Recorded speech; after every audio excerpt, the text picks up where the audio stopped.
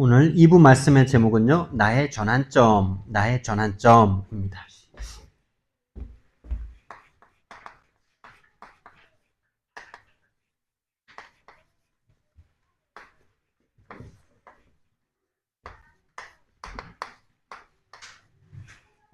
네. 우리가 전도 특공대로 부름받았는데요. 부름받았기 때문에 하나님께서 분명히 인도하시고, 그 인도의 포인트들이 있는데, 그 부분을 전환점이라고 말을 합니다. 그래서 저와 여러분이 이번 한 주간에 전도 특공대인 여러분을 좀 확인을 하셔야 되는데요. 먼저 여러분의 인생의 여정을 한번 좀 정리 좀 해보세요.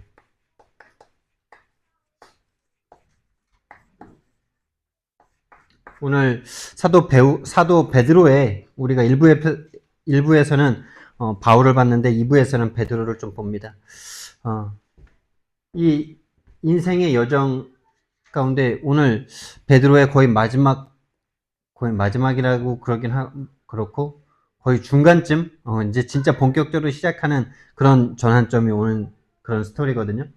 그래서 저와 여러분의 인생 여정 스토리를 좀 정리해 보세요. 전환점의 여정을, 여러분의 인생의 전환점의 여정을 좀 정리해 보시기 바랍니다. 여기에 육신적인 전환점도 있을 건데, 육신적인 건 그냥 보이니까 그렇게 정리할 건 없고, 영적인 전환점. 어떻게 내가 구원받았고, 구원받은 내가 언제 회심을 했고, 정말 내 죄가 보인 적이 언제고, 그래서 하나님이 주신 이 그리스도의 십자가가 내 가슴에 언제부터 정말 들어왔고, 그래서 나는 언제 바뀌었고, 나의 인생의 목적과 방향은 언제 바뀌었고, 지금 나는 어떻게 인도받고 있고, 지금 나는 진짜 감사가 있고 없고, 나는 전도 특공대라는 이 정체성이 있고 없는지, 이 부분을 한번 정리해 보신다면 인도받기 시작하실 겁니다. 그 정리하는 것 자체가 인도죠. 그래서 저와 여러분을 하나님이 그냥 부르신 정도가 아니라요, 전도 특공대로 우리를 부르셨거든요. 여러분, 소수이면 소수일수록 이게 뭐라 그럴까, 집약되는 게 큰 겁니다. 많은 사람일수록 그냥 일반 보병이에요. 그냥 많아야 돼요, 그 사람들은. 근데 특공대는 소수라 해야 돼요. 소수인 거에 대해서 여러분 자부심을 가지시기 바랍니다. 나는 지금 최고의 특공대로, 특전사로 지금 부름받아서 최고로 지금 인도받고 있는 중이다. 정말입니다. 말장난이 아니고 진짜입니다. 하나님은 저와 여러분을요, 영세전에 구원하셨거든요. 저와 여러분의 구원은 영세전이에요. 부모님을 만나서 아니에요. 부모님 만나서 여러분 모태신앙대에서 교회 다니고 구원받은 것 같죠? 맞는데 아닙니다. 하나님이 영세전에 구원하시기로 작정하셨기 때문에 그 만남도 주신 거예요. 영세전 구원입니다. 이 영세전 구원이 우리에게 지금 계속 성취되고 있는 거예요. 영세전에 구원하시고 영세전의 계획까지 가지고 계시죠. 저와 여러분의 인생, 이 계획 속에 있는 줄 믿습니다. 하나님의 계획하시지 않은 바가 우리 인생 가운데 일어난다라고 생각하는 것 그 자체가 어마어마한 불신앙이에요. 그래서 제가 진짜 이번에 형제들과의 만남에서도 이 부분을 되게 강조했어요. 진짜 우리가 믿는데 뭘 믿냐? 하나님의 절대 주권을 믿지 않는 것은 믿음이 아예 없는 거다. 그래서 예수님께서는, 그리고 어머니를 위해서 기도할 때도 병 낫기를 기도하지 말라. 하나님은 그런 거 기도하지도 말라 그러셨다. 왜? 우리 어머니를 우리보다 더 사랑하시는 분이 하나님이시잖아요. 우리는 어머니를 위해서 시간 일주일에 2시간, 이틀, 3일 내는 것도 어렵게 빼는데, 하나님은 우리 어머니를 위해서 죽어주시기까지 하시고 24시간 영원토록 함께 하시려고 죽어주셨잖아요. 그 하나님께서 어머니에게 필요한 게 그 병 낫는 거라는 거 모르겠어요? 근데 그 병이 오고 병 낫는 것보다 훨씬 중요한 게 영적인 회복입니다, 여러분. 그래서 병을 주신 거예요. 그 기회로 보여야 됩니다. 그 기회로 안 보이니 자녀들이 같이 속이 썩는 거예요. 기회로 보여야 돼요. 그래서 그 문제를 해결해 달라고 기도하면 안 돼요. 그거는 하나님의 역사를 막는 거예요. 하나님의 인도를 막는 거예요. 저와 여러분의 구원은요, 저와 여러분의 인생에 대한 계획은요, 영세전에 계획하시고 그 계획이 하에서 이 땅으로 보내신 겁니다. 하나님의 절대 주권과 계획이 있습니다. 저 여러분 인생에. 그걸 믿는 게 믿음입니다. 절대 주권, 절대 계획. 그래서 이것을 찾는 것을 미션을 찾는 것입니다. 내 인생에 대한 나의 계획 말고요. 나의 소원 말고요. 하나님은 내 인생에 대한 어떤 계획과 소원을 가지고 있을까? 이걸 찾는 것이 미션입니다. 이거 기도부터 하시면 돼요. 당장 찾으려고 기도해서 못 찾은 것 같은데 불신앙도 하지 마시고요. 일단 기도부터 시작하시면 돼요. 하나님, 내 인생을 향해서 하나님 어떤 소원을 가지고 영세전에 계획하셔서 이 시대 이 시간표에 이 만남 가운데 이 부모와의 만남, 그 지역과의 만남, 이 교회와의 만남, 이 목사님과의 만남, 이 흐름과의 만남, 이 단체와의 만남 하나님 왜 주셨습니까? 라고 기도 시작하시기 바랍니다. 그게 나를 향한 계획을 찾는 것이 내 인생에 대한 미션을 찾는 거예요. 그렇다면은 나를 향한 하나님의 소원 있겠죠, 분명히. 그런데 하나님의 진짜 절대 소원은 무엇일까요? 하나님의 절대 소원은요, 구원입니다. 이거는 확고부동한 겁니다. 구원을 위해서 창조를 시작하신 거예요. 구원은 창조하셔놓고 타락하니까 구원을 계획하신 게 아니고요. 처음부터 구원하실 계획을 가지고 창조를 시작하신 겁니다, 여러분. 그래서 타락도 하나님의 계획 속에 있는 거예요. 그 속에서 진짜 예비한 자들, 하나님이 선택한 자들, 공평하신 하나님께서 선택한 자들에게 이 복음을 주시는 거예요.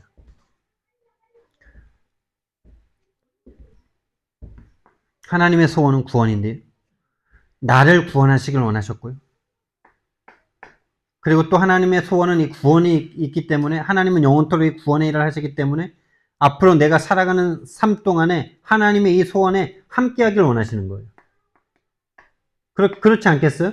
하나님은 일만 하시는데 우리 속에서 24시간 함께 하신대요. 근데 뭐 하시면서 함께 하시겠어요? 그렇죠? 이거 하시면서 내 속에 함께 계시는 거예요.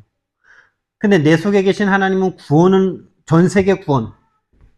전 세계입니다. 온 세상이에요. 온 세상을 구원하길 원하시는 게 하나님의 소원이세요. 그래서 내 속에 계시지만 하나님의 소원은 이거예요. 그럼 내 속에서 하나님의 일은 계속 영혼 구원이란 말이에요. 나의 구원을 넘어 다른 사람에게까지 구원이 전달되는 거. 내가 구원으로 충만해지고 완전해지고 감사하고 감격하고 그리고 다른 사람에게 전달되는 거. 그렇죠? 근데 나는 어떻습니까? 여러분과 저는 어떻습니까? 하나님은 나를 구원하시고 내 속에 함께 하시면서 나를 하나님이 그 가장 소원하는 그 일을 하나님이 주인 돼서 하나님이 하시는 그 일에 내가 쓰임받기를 원하는데 우리는 내가 하는 일에 하나님이 좀 도와주셨으면 좋겠잖아요. 완전히 안 맞는 거예요. 동상이몽이에요, 이게. 성도들의 동상이몽. 예수님이 하나님이 내 안에 들어와 가시는데 그 하나님이 내 인생을 위한 하나님만으로 붙잡고 싶은 거예요. 그게 이스라엘의 모습이에요. 그래서 이스라엘이 어떻게 됐죠, 여러분? 이스라엘을 하나님이 선택하셨잖아요. 유일하게 이 백성만, 이 민족만 선택하셨잖아요. 그래서 이 민족과 함께 하시잖아요. 이 민족의 복음의 증거들을 주셨잖아요. 아브라함, 이삭, 야곱을 통해서 시작하셨잖아요. 그분들에게 복음을 설명하셨잖아요. 양의 피를 설명하셨잖아요. 그런데 이 이스라엘이 어떻게 됐어요? 딱 우리와 똑같아요. 우리를 위한, 우리만 구원받았어. 우리만 선민이야. 저 이방인들은 개야. 저들과는 말도 하지 말아야 돼. 말도 섞으면 죄야. 이런 완전 하나님의 소원이 전혀 없는 이 동상이몽의 상태가 되니까 하나님 어떻게 돼요? 이들을 하나님의 소원이 세계 복음화예요. 맞죠? 근데 여기에 복음을 주셨는데 우리만 하니까 어떻게 돼요? 하나님의 소원을 이루시죠. 어떻게 해요? 이들을요. 노예로 보내시는 거예요. 포로로 보내시는 거예요. 속국으로 보내시는 거예요. 왜요? 안 하고 있으니까.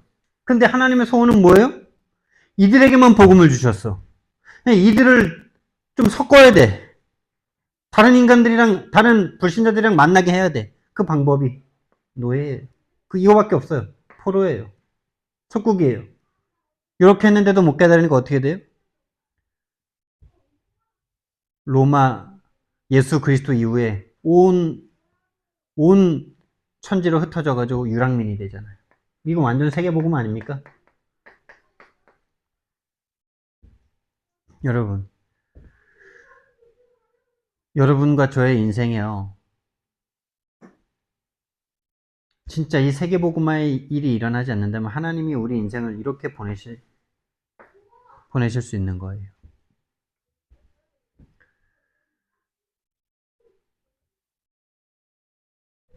그래서 제가 형제들과의 만남 가운데 우리가 어머니로부터 아브라함 같은 그 복음이 시작됐는데 세계복음화가 아무것도 없다.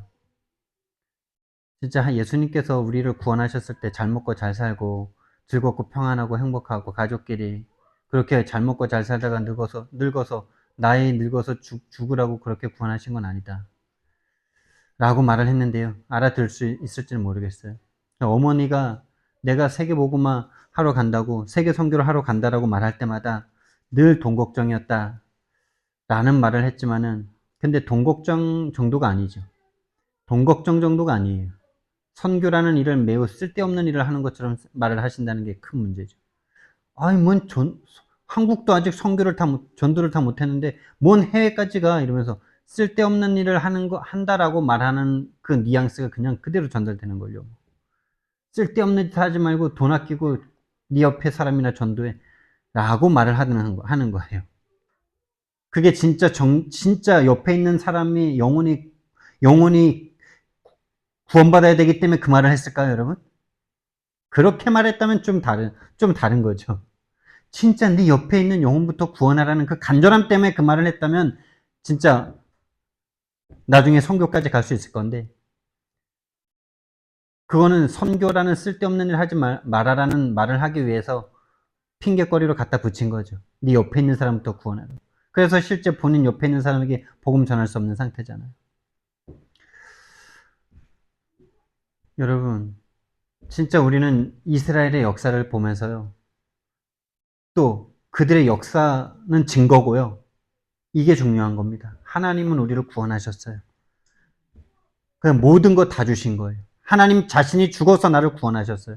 그렇다면 우리도 가장 좋은 천국으로 바로 데려가시면 되는데 하나님은 우리를 그 구원받은 자가 구원의 축복을 누리면서 하나님의 가장 소원인 이것을 함께 누리길 원하시거든요.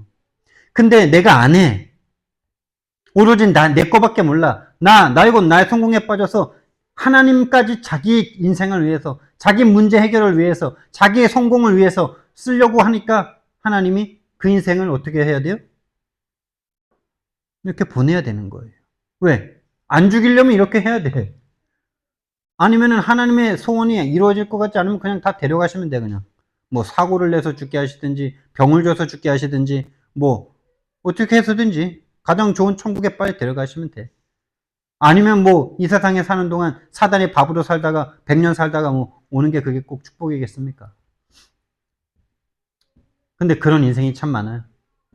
사단 심부름 하다가 겨우 구원받아서 가는 사람들이 많아요.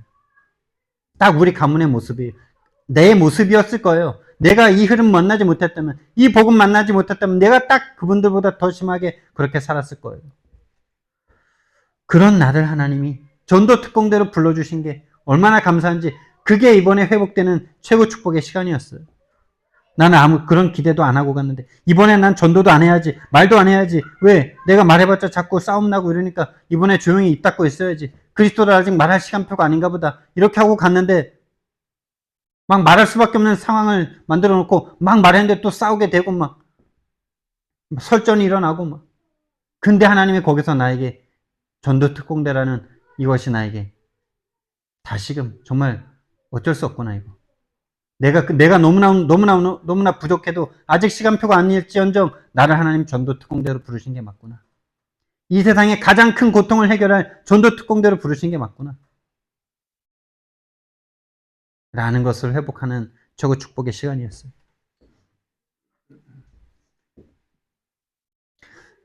전도를 안 하니까 노예포로 속국 유랑민으로 보냈다라는 말도 완전 틀린 말은 아니지만 더 중요한 거는요. 하나님이 가장 소원하는 선교를 위해서 노예포로 속국 유랑민이 돼서라도 선교하게 하신 거라는 말이 더 맞는 말이에요. 안 하니까 벌 받아라 이런 게 아니라니까요. 안 하니까가 아니라 이게 가장 소원이니까 이렇게라도 하시는 거예요. 선교가 가장 큰 하나님의 소원이기 때문에. 그래서 우리는요. 진짜 제자들을 쳐다보면서요. 오늘 베드로를 좀 보면요. 베드로의 여정이 있죠. 부르심을 받았어요. 하나님이 예정하신 사람이죠. 그래서 부르자마자 모든 것 다 버렸어요. 모든 것 다 버렸어요. 직업, 배, 금을 다 버리고 가족 다 내려놓고 예수님 따라갔어요. 열심 특심. 12명의 제자들 중에서도 가장 열심 특심. 그래서 수제자가 됐어요. 그리고 하나님의 은혜 가운데 하나님의 은혜로 이 12제자들 가운데 가장 신앙 고백을 먼저 했어요. 주는 그리스도시요 살아계신 하나님의 아들이십니다. 나와 함께 밥 먹고 함께 배설하고 함께 잠자고 이런 그분을 하나님이라고 고백한 그리스도라고 고백한 구약시대에 예언된 그 그리스도라고 고백한 정말 유일무이한 최고 축복의 사람이 됐어요. 근데 바로 인간적인 마음이 올라와서 예수님이 진짜로 인정 그리스도 일을 하기 위해서 내가 고난받고 죽고 살아날 것을 말씀하셨는데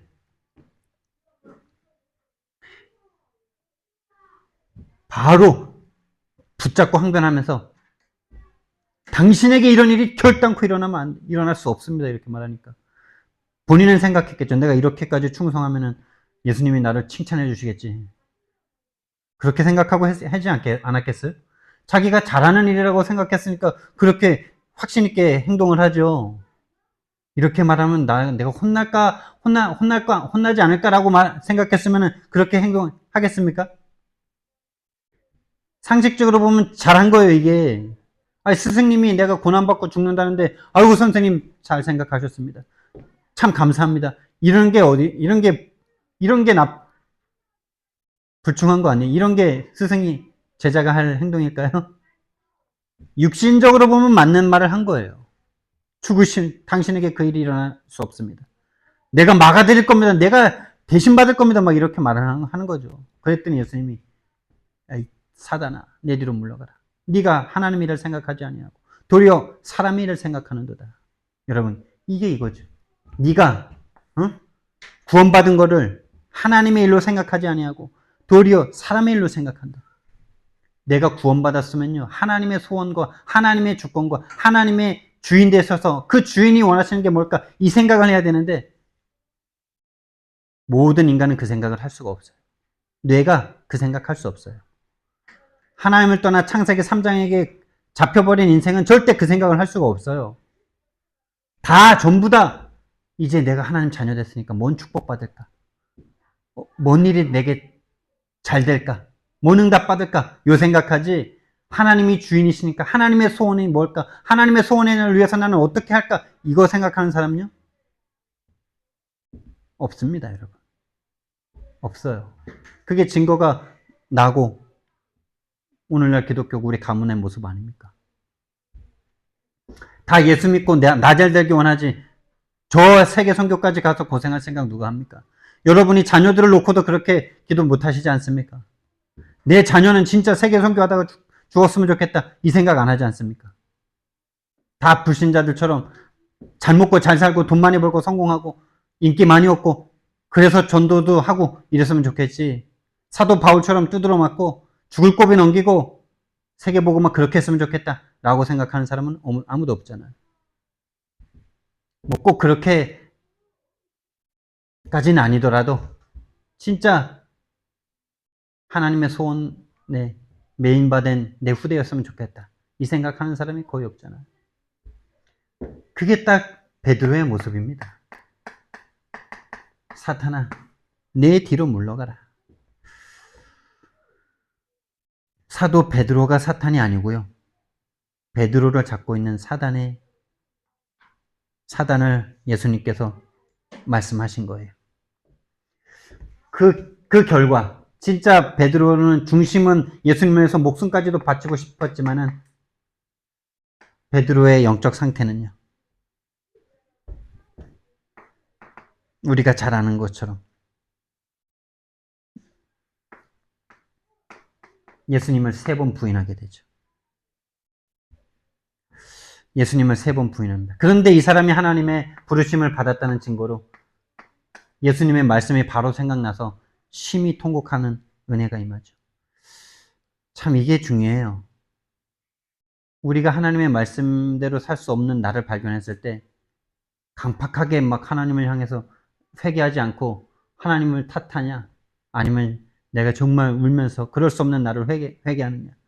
유다는 회개하지 못하고 죽어버렸잖아요. 회개하면 되는데 죽어버린다니까요.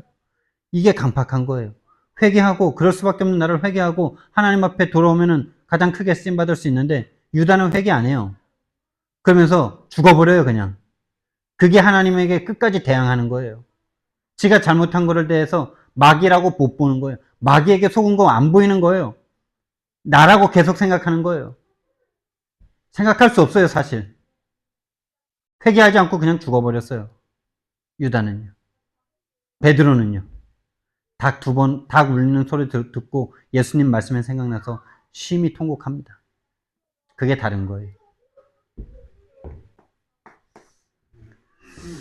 그러면서 오늘 읽었던 요한복음 21장 3절에서 6절 말씀, 참 이게 너무나 센세이션합니다. 이게 진짜 뭐냐, 부활하신 주님을 만났어요.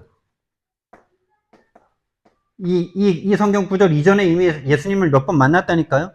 도마한테 나타나고, 도마도 있는데 도마 보고 도마는 난 못 믿겠다 그러니까 이거 만져봐라, 옆구리 만져봐라 이러면서 다 몇 번 만났어요. 지금 막달라 마리아가 베드로 불러가지고 베드로한테 말해가지고 달려가가지고 예수님 부활한 거 다 봤어요. 근데 뭐라 그래요? 부활 주님 만난 후입니다.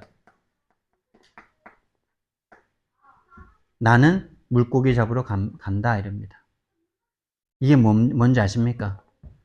예수님이 부활한 거랑 나랑 상관이 없는 상태예요. 여러분, 예수님 부활한 건 역사적 사실입니다. 근데 여러분과 무슨 관계 있습니까? 예수님 죽음을 이기시고 죽음의 권세를, 사단을 꺾고 부활하셨어요. 죄의 권세 깨뜨리고 부활하셨어요. 근데 그 예수님과 여러분과 무슨 관계가 있습니까? 베드로가 지금 딱 그런 상태예요. 부활하신 예수님 봤는데 더 낙심돼요. 아니, 부활하신다 그랬는데 내가 그것도 못 믿고 내가 예수님 부인을 그렇게 오지게 했으니 내가 진짜 면목이 없구나. 난 물고기 잡으러 간다. 그렇죠? 그렇죠? 부활하신 예수님과 나랑 상관없어. 2000년 전에 예수님 부활하셔서 지금 성령으로 함께 계시는데 그 부활하신 예수님과 여러분과 관계가 있습니까? 나는 물고기 잡으러 가는 거예요. 나는 내일 하겠다 이거예요. 나는 안 되니까. 나는 자기주권 안 되니까. 완전 나예요, 그러니까. 예수님 부활했는데도 여전히 나예요, 내가 내 수준으로 내 꼬라지를 내가 판단해서 나는 나는 안 돼. 나는 안 돼. 하나님은 너를 영세전에 선택하셨는데 안 된대. 그래서 6절에 예수님이 6절이 아니라 4절부터 다시 나타나셔서 그 물고기 잡는 베드로 찾아가셔서 물고기 좀 있냐 이러니까 없다 그러니까 처음 부르실 때처럼 오른쪽에다 던져봐라 하니까 물고기가 셀 수 없이 잡혀버리죠. 그러면서 이제 또다시 이제 제자들이 또 물고기 잡으러 갔을 때 다시 한번 찾아가세요. 요때 한 게 아니고 다시 찾아가세요. 그러면서 이제 이번에는 그랬는데도 베드로가 계속 물고기 잡고 있다니까요. 6절 이후에도. 그게 이제 15절부터 19절에 우리가 잘 아는 네가 나를 사랑하느냐. 이제 예수님이 물고기 가져다가 구우면서 회복하시는 거예요. 15절부터 18절까지 말씀해. 네가 나를 사랑하느냐. 그거 한 가지 딱 물으십니다. 다른 거 다 필요 없어. 네가 나를 부인했든지 안 했든지 그 부인할 수밖에 없는 너라는 거 이미 알고 불렀어. 네가 중심을 다해서 나를 위해서 목숨을 버리겠다고 하지만은 너의 영의 상태는 사단에게 잡힌 상태에서의 중심이기 때문에 나이건 나의 성공에 문제가 있을 때 예수님 다 부인하고 갈 수밖에 없다는 너라는 거, 그 영적 상태라는 거 알고 불렀으니까 상관없어. 한 가지면 돼. 네가 나를 사랑하느냐? 그럼 내 양을 먹이라. 내 양을 치라. 내 양을 먹이라. 여러분 정말 예수님 사랑하십니까? 하나님 사랑하십니까? 그 대답을 여러분들이 혼자 있을 때 하나님 앞에 하시면 됩니다. 나의 인생 여정입니다. 베드로의 여정이죠. 여러분의 여정을 한번 생각해 보세요. 저는 뭐 몇 번 말씀드렸지만 다시 한번 정리해 봅니다. 질병의 문제가 우리 가문에 계속 왔었어요. 자녀들에게. 저는 100일 되기 전에 한번 알았고, 우리 누님은 계속 알았고, 뭐, 감기, 뭐 이런 숱한 질병을 계속 알았고, 그러다가 결정적으로 장남인 다리를 쳤어요. 화장실 고치는 날, 화장실에 아버지한테 가다가 다리가 돌아갔어요. 그 질병을 통해서 하나님이 우리를 구원하셨어요. 우리를 찾아와 주셨어요. 어머니를 통해서. 그 자녀를 보는 어머니의 마음이 얼마나 간절했겠어요.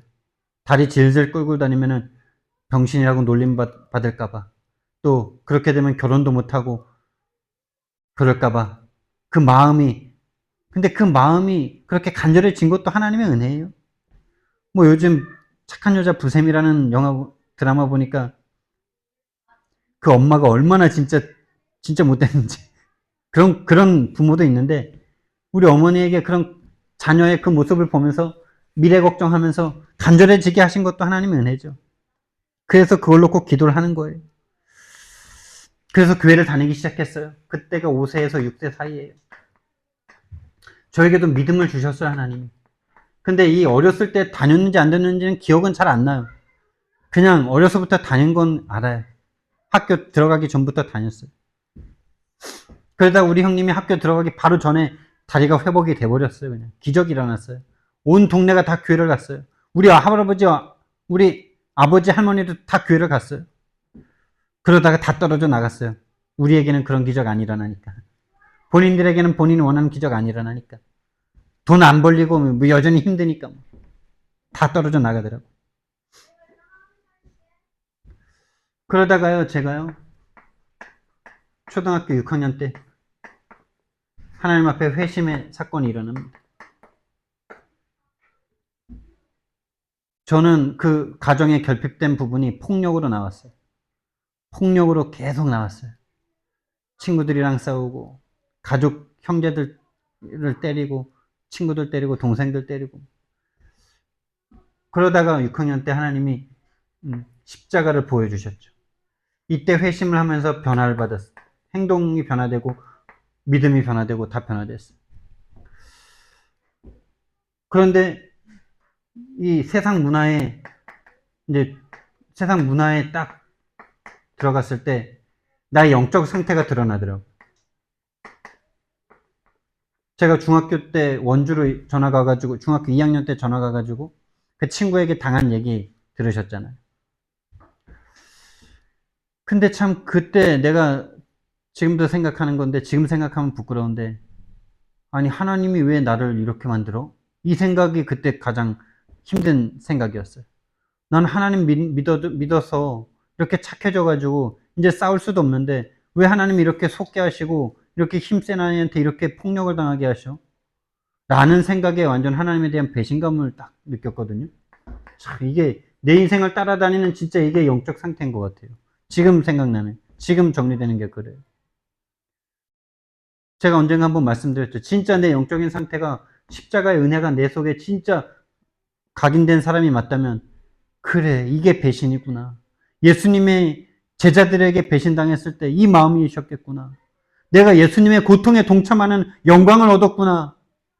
이러면서 진짜 하나님 앞에 감사할 수 있었다면 그 중학교 2학년짜리가 그 학교 전체를 변화시킬 수 있는 믿음의 사람이 되었을 건데, 조금 맞으니까, 좀 속으니까, 하나님이 왜 나를 안 지켜주셔? 이러면서.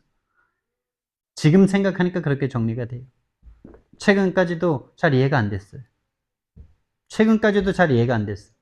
왜 그 악한 인간, 간사한 인간, 그 새끼가 와가지고 나를 속여가지고 그 2학년 중에 운동부 제일 나보다 한 3배는 몸무게나 이런 거 다치면 한 3배는 큰 인간이 와가지고 큰 주먹으로 나를 폭력을 당하게 하셨을까? 완전 나의 건 나의 성공이잖아요. 내가 예수 믿으면 그런 것도 안 당해야 된다는 거잖아요. 성경에 보면 예수 믿는 사람들이 얼마나 매를 많이 맞았는데, 얼마나 예수 믿는 사람들이 고통을 많이 받았는데, 나는 그러면 안 된다는 그런 진짜 말도 안 되는 영적 상태 속에 속아 있었잖아요. 그러면서 방황을 했어요. 그때부터 이제 막 하나님에 대한 믿음이 거의 사라진 거죠, 뭐, 사실. 하나님이 왜 그런 일을 나에게 주셨는데 전혀 이해가 안 되는데 뭐 믿을 수 있습니까? 그러니까 이제 뭐 태권도 배우고 이러면서 뭐 고등학교 가서는 막 이중 생활이 시작된 거예요. 학교 생활이 이중 생활이에요. 교회에서는 믿음, 교회는 안 빠지고 믿음 있는 것 같아. 학교 가면요. 좀 싸우는 애, 태권도 배우는 애, 뭐 술 잘 먹는 애, 뭐 이런 식으로 그 문화에서 뭔가 나를 지켜내야 되는 그런 이중 생활. 그러다가 하나님이 대학교에서 CCC를 만나서 현장 전도라는 걸 처음으로 해보게 됐어요. 물론 요 초등학교 6학년 때도 전도했죠. 근데 이때는 아는 친구들, 반 친구들, 뭐 거긴 동네가 뭐 다 거기서 거기니까 거의 다 알아 그냥. 그러니까 그 친구들에게 내가 또 변화된 게 너무 눈에 보이니까 너 왜 그래? 너 왜 그렇게 변했어? 이렇게 말하면 나 예수 만났어. 너도 예수님 만나야 돼. 이렇게 전도했었거든요. 그러니까 뭐 너무 뜨거웠고 또 그렇게 말을 하니까 쉽고 근데 대학생 때는요 현장 전도는요 완전 생판 모르는 인간한테 가가지고 안녕하십니까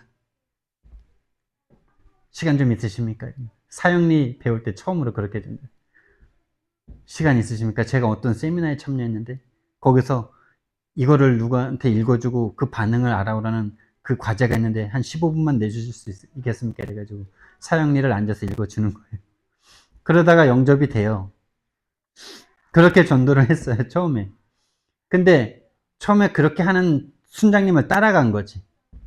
따라간 거예요. 야, 근데 그 전도하는데 진짜로 여러분 영적 상태, 영적 세계가 있다는 거 진짜 아셔야 돼요. 그렇게만 따라가서 하는데도요. 완전 성경적 전도도 아니고 성경적 복음도 아닌데요. 그거 딱 하러 나가는데요. 여러분 세상에서 가장 귀한 게 복음이라고 말하는 인간이 가서 복음 전하는데 얼마나 수치감이 올라오는지 막. 사람들이 나를 쳐다보는 눈빛을 그렇게 꼭 생각 안 해도 되잖아요. 근데 나는 그 사람들의 눈빛을 그렇게 생각하는 거야. 나를 아주 무시하는 눈이네. 나를 아주 업신여기는 눈이네. 그러니까 막 얼굴에서 막 뭐가 막 기어가는 느낌이 막 나는 거예요. 막. 그들이 쳐다보는 눈빛에. 그게 한 두세 번 계속 반복되더라고. 못 가겠는데 계속 데리고 나가는 거예요. 근데 또 나도 도망가면 되는데 계속 따라가. 하나님의 인도지. 그게 뭐 성격적으로 내성적이기도 하고 뭐 그런 대바라진 행동을 그때까지 못하는 그런 상태였으니까. 따라가. 근데 그게 한 세 번, 네 번 딱 되는데 흑암이 딱 무너지니까요. 무너지면서요.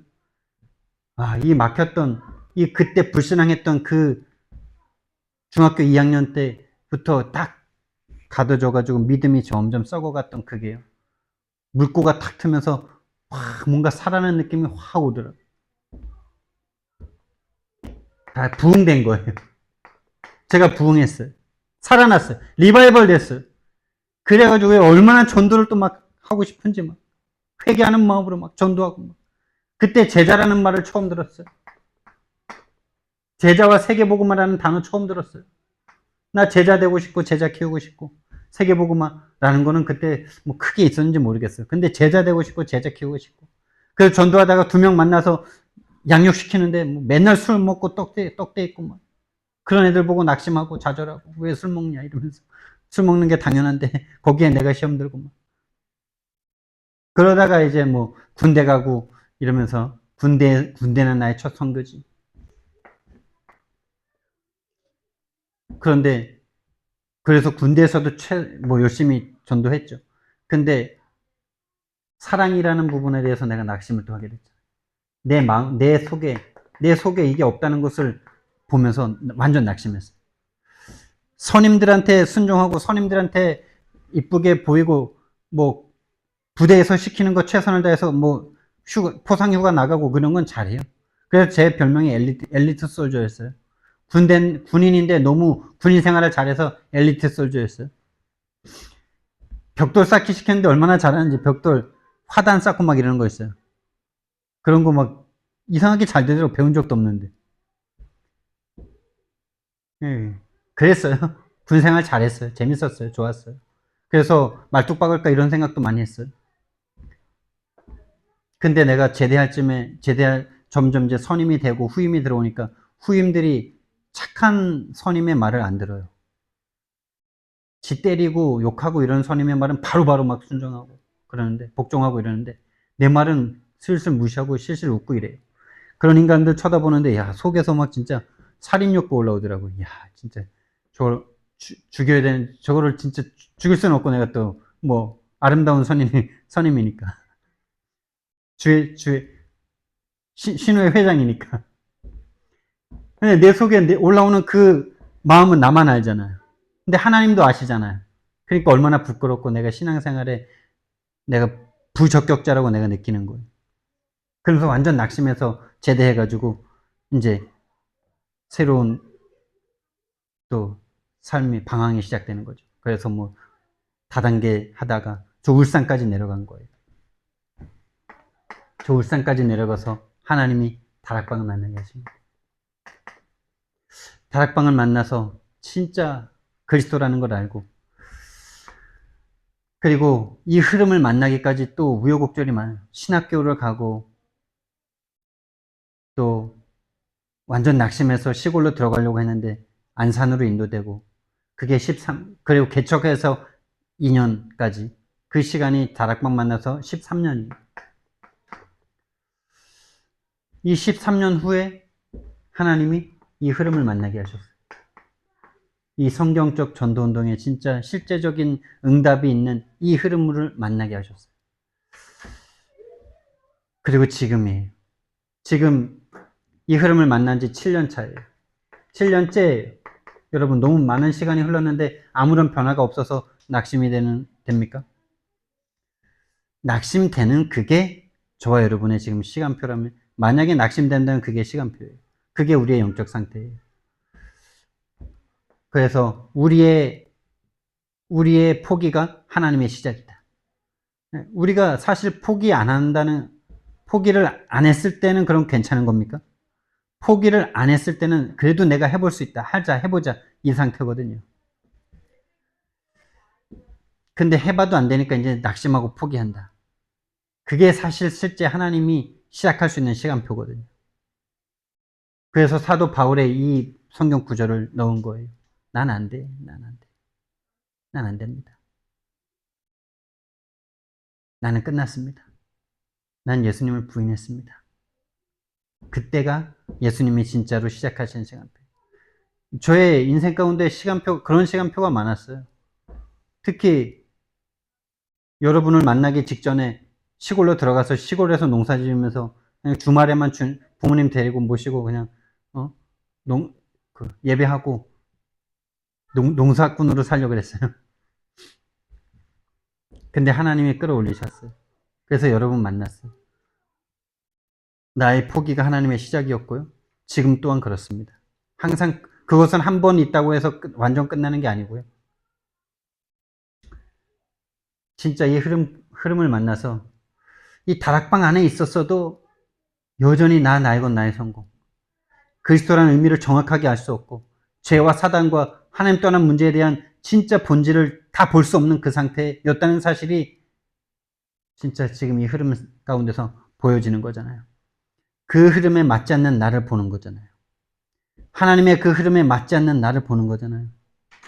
여전히 내 속에 세계복음화를 하기 위해서 오신 그리스도와 하나님에 대한 내 소원이 돼 있지 않고, 여전히 내 교회, 내 성공, 우리 교회, 내가 잘 되고 뭐 이런 거를 꿈꾸고 있는 저와 여러분 아닙니까? 그러니까 비교하고 낙심하고. 그러니까 하나님의 흐름과 맞지 않으니까 낙심할 수밖에 없는 거죠. 근데 그게 시간표라는 거예요. 그게 하나님의 시간표라는 거예요. 그래서 우리에게 남은 미래 여정이 있습니다. 우리의 미래 여정은요,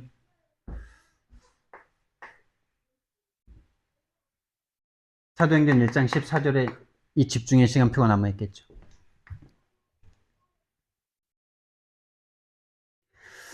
그러면서 하나님이 약속하신 성령 충만, 성령으로 우리를 완전히 사로잡는, 그래서 하나님의 복음과 내가 맞아지는, 하나님의 흐름과 내가 맞아지는 그 축복 하나님 주실 거예요.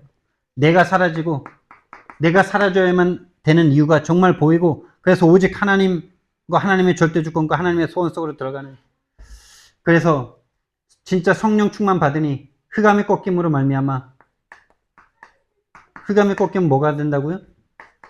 하나님이 여시는 전도문이 열려서, 그동안에는 그렇게 내가 복음을 전해도, 구원의 길을 그렇게 잘 전하든 못 전하든 전해도 영접해주는 수준이었잖아요.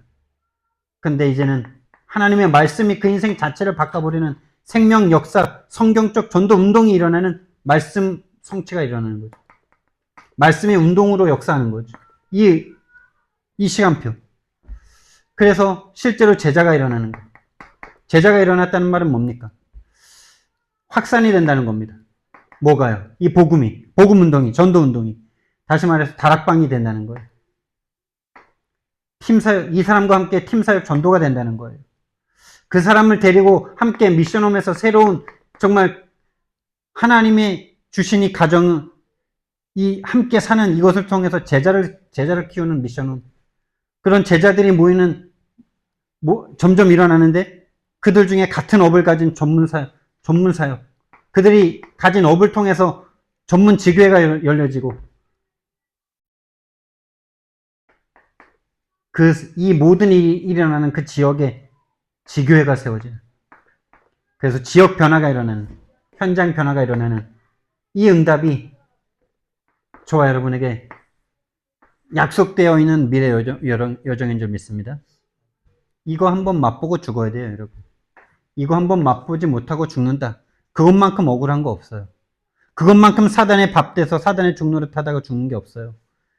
아예 불신자로 아예 구원 못 받았으면 억울하지도 않은데, 구원 받았는데 여전히 나 날고 나의 성공으로 살다가 병들고, 차라리 노예로라도 보내가지고 나를 통해서 선교라도 하시면 좋은데 병들어서 다 죽게 만들어 버리신다면 얼마나 억울합니까, 그게요.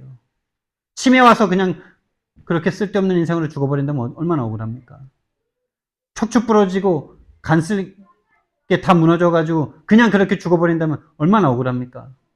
구원받았는데, 모든 거 다 허락받았는데, 최고 축복받았는데, 그 축복을 아무데도 쓰지 못하고, 나이고 나의 성공, 내 가족, 이게 행복과 안위만 구하다가 성경적 전도운동에 한 번도 쓰임받을 수 없는 상태로 죽어버린다면 그거보다 더 큰 억울함은 없는 거예요.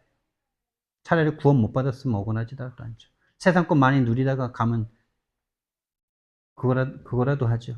근데 하나님 믿어가지고 세상 것도 못 누려.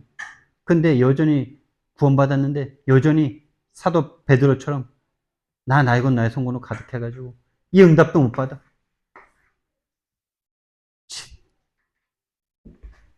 진짜 우리는요, 이걸 놓고 우리는 하늘 가져야 돼요. 이거 못하도록 하는 이 사단에 대한 일을 갈아야 돼요. 이게 우리들의 모습이고 우리 가정의 모습이지 않습니까?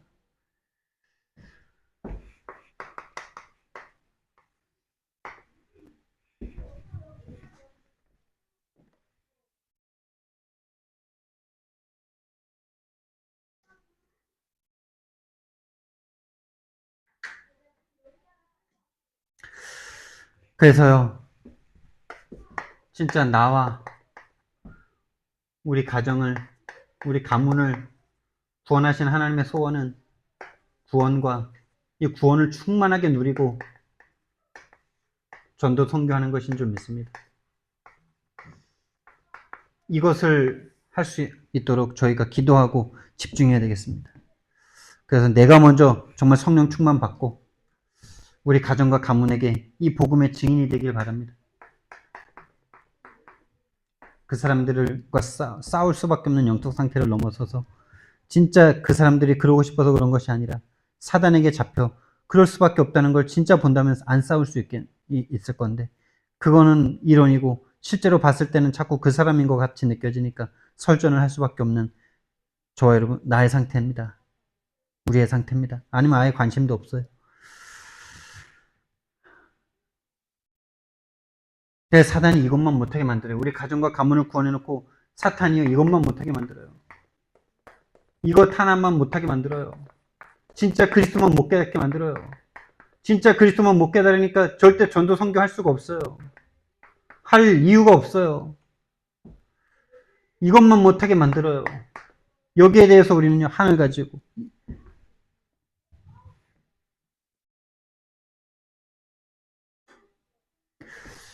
이런 나를 하나님이 전도 특공대로 부르셨다는 여기에 대한 정체성을 가지고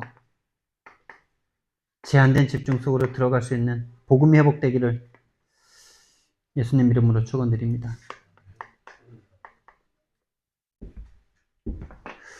사랑의 하나님 은혜와 사랑을 너무나 감사를 드립니다. 정말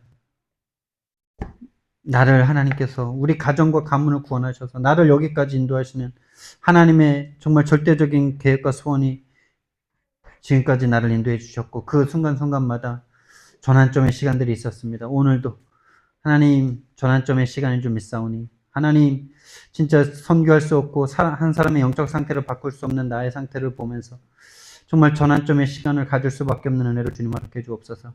제한된 집중을 할 수밖에 없는 나 자신을 볼 수 있게 해주시옵소서. 나와 우리 가문을 정말 전도 못하도록 성교 못하도록 오직 그리스도만 깨닫지 못하도록 속이고 있는 것이 사단임을 알고 정말 그 사단에 대한 이를 갈고 한을 가지고 정말 하나님 집중할 수밖에 없는 은혜를 주님 허락하여 주시옵소서.